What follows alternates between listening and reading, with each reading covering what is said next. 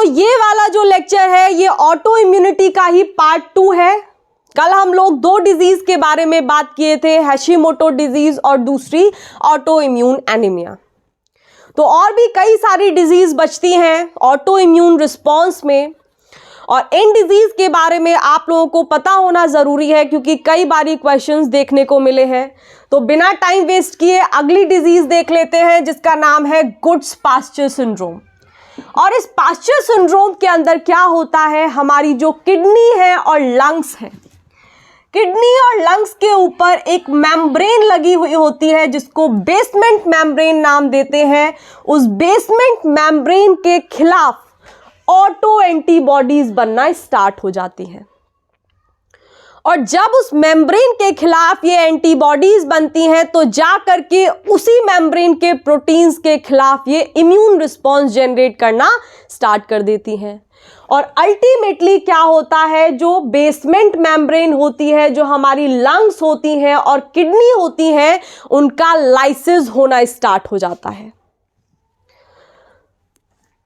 तो यहां पर हमारी जो बी सेल्स हैं और टी सेल्स हैं वो अपने लोगों को नहीं पहचान पा रही हैं। इस वजह से ये पूरा किस्सा चल रहा है कि जो बी सेल्स हैं और टी सेल्स हैं होना चाहिए उनको ऑटो टॉलरेंट, लेकिन अब वो ऑटो टॉलरेंट नहीं रही, अब वो आपाक होना स्टार्ट कर दी है। तो वहीं पे अगर हम चौथी डिजीज की बात करें तो उसका नाम है इंसुलिन डिपेंडेंट डायबिटीज मेलाइटस। और इस डिजीज के अंदर क्या होता है, हमारी जो बीटा आइलेट ऑफ पेनक्रियाज होता है उसके अगेंस्ट ऑटो एंटीबॉडीज बनना स्टार्ट हो जाती हैं। और क्योंकि हमको पता है कि ये जो पोर्शन होता है पेनक्रियाज का, ये इंसुलिन बनाने का काम करता है और जब इस स्पेसिफिक पोर्शन के खिलाफ ऑटो एंटीबॉडीज बनना स्टार्ट हो जाती हैं तो ये जो पोर्शन है ये इंसुलिन को सफिशिएंट अमाउंट में प्रोड्यूस नहीं कर पाता, सिक्रीट नहीं कर पाता, जिसकी वजह से एक कंडीशन क्रिएट हो जाती है जिसको हम नाम देते हैं हाइपरग्लाइसीमिया। मतलब ग्लूकोज का कॉन्सेंट्रेशन होस्ट की बॉडी में बढ़ता चला जा रहा है क्योंकि इंसुलिन ज्यादा अमाउंट में beta islet of pancreas secrete नहीं कर पा रही है।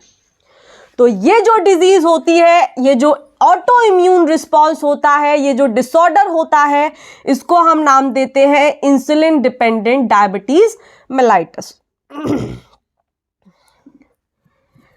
इसी के साथ एक और डिजीज है जिसको हम लोग डिस्कस कर लेते हैं, जिसका नाम है मल्टीपल स्क्लेरोसिस। और इसके अंदर क्या होता है, इसके अंदर जो हमारे न्यूरॉन्स होते हैं उसके ऊपर जो माइलिन की शीथ लगी हुई होती है, उन माइलिन की शीथ के अगेंस्ट ऑटो एंटीबॉडीज बनना स्टार्ट हो जाती हैं। और जब उनके खिलाफ एंटीबॉडीज बनना स्टार्ट हो जाती हैं तो माइलिन शीथ को जाकर के वो एंटीबॉडीज डिग्रेड करना स्टार्ट कर देती हैं, जिसका अल्टीमेटली फेट क्या होता है इंडिविजुअल के ऊपर, कि इंडिविजुअल को पैरालिसिस होने के चांस होते हैं। और ये होता है हमारा मल्टीपल स्क्लेरोसिस में। तो ये हो गई हमारी और 3 डिजीज, और भी 3 डिजीज बची हैं जिनसे प्रश्न पूछ लिए गए थे लास्ट ईयर, प्रीवियस ईयर में। तो उनके बारे में हम लोग कल बात करेंगे।